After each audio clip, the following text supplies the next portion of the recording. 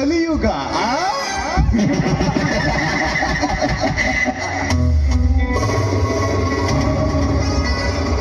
ಈ ಕಲಿಯುಗದಲ್ಲಿ ಗರ್ಜಿಸುವ ಖಳನಾಯಕರೇ ನಿಮ್ಮ ನಿತ್ಯ ಕೆಡಸಲು ಹುಟ್ಟಿ ಬಂದಿದ್ದಾನೆ. ಈ ಕಲಿಯುಗದ ಖಳನಾಯಕರಾಗಿ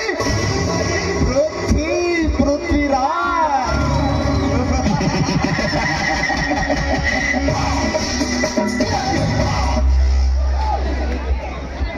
ಈ ಪೃಥ್ವಿರಾಜು ಮನಸ್ಸು ಮಾಡಿದರೆ ಭೂಗರ್ಭದೊಳಗಡಗಿದ ಬಂಡೆಯನ್ನು ಪಡೆದು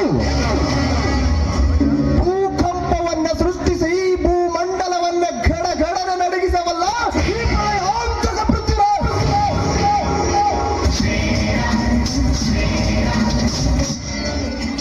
ಜಯರಾಜ್, ಅಂದು ನಿನ್ನ ಬೆಳವಣಿಗೆಗಾಗಿ ಬ್ರಹ್ಮಾಸ್ತ್ರವನ್ನು ಪ್ರಯೋಗಿಸಿ ನಿನಗೆದುರಾಗಿ ನಿಂತವರಿಗೆ ವಿಷಸರ್ಪವಾಗಿ ಕಚ್ಚಿ ಅವರ ಎಣದ ರಾಶಿಯ ಮೇಲೆ ರಾಜ್ಯಭಾರ ಮಾಡಲಿಕ್ಕೆ ಹಚ್ಚಿದ್ದು ಈ ಪ್ರಚಂಡ ಪೃಥ್ವಿರಾಜ.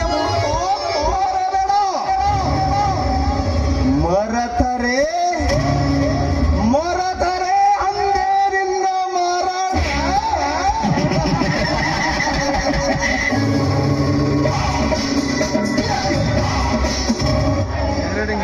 घोर घास खा के दूध देता है, सब दूध पी के जाहिर देता है.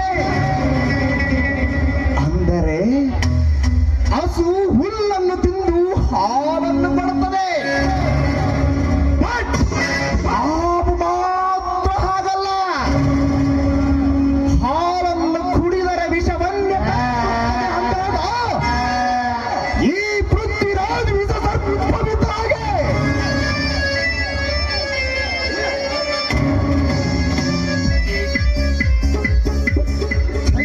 ನಡೆದರೆ ಹಾಲನ್ನೇ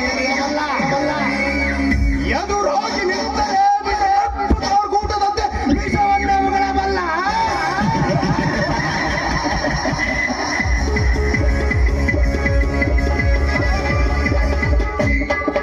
ಜಯರಾಜ್, ನಿನ್ನ ತಂಗಿ ಸುರ ಸುಂದರಿಯರಿಗಿಂತ ಅಪ್ರತಿಮ ಸುಂದರಿ.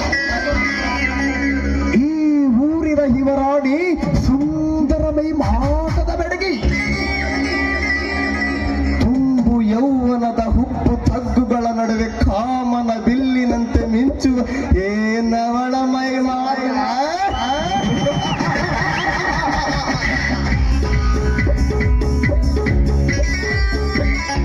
ಅಂದು ನೀ ಕೊಟ್ಟ ಮಾತಿನಂತೆ ನಿನ್ನ ತಂಗಿಯನ್ನು ನನಗೆ ಕೊಟ್ಟು ನಿನ್ನ ಸರ್ವ ಆಸ್ತಿಯನ್ನು ನನ್ನ ಹೆಸರಿಗೆ ಬರೆಯದಿದ್ದರೆ ನಿನ್ನ ಅರಮನೆಯಲ್ಲಿ ನಿನ್ನ ಸಮಾಧಿಯನ್ನು ಕಟ್ಟಿ ಅದರ ಮೇಲೆ ರಾಜ್ಯಭಾರ ಮಾಡುವುದಕ್ಕೂ ಹಿಂಜರಿಯುವುದಿಲ್ಲ. ಈ ಖಳನಾಯಕರ ಅಧಿಪತಿ ಪೃಥ್ವಿ